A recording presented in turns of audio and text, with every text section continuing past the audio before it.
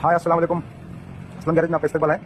आज हमारे पास हॉर्न बिठाने के लिए गाड़ी आई है, तो फटाफट से हॉर्न को फिटिंग कर लेते हैं। ये जुपिटर स्कूटर है जो टीवीएस कंपनी की रहती है।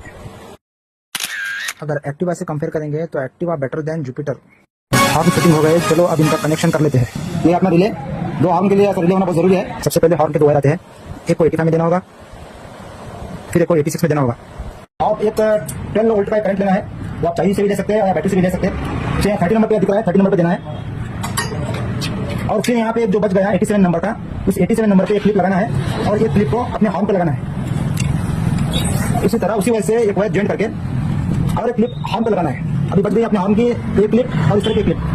अभी इसमें एक क्लिप लगाएंगे, देखो दिख रही है वायर, इसमें क्लिप लगाएंगे और इसमें क्लिप लगाएंगे। उसके बाद में इन दोनों का कलेक्शन आउटिंग को देंगे। इससे क्या होगा, अपना हॉर्न बजना शुरू हो जाएगा। आवाज आ रही है बस। अब हमारा काम हो गया कंप्लीट।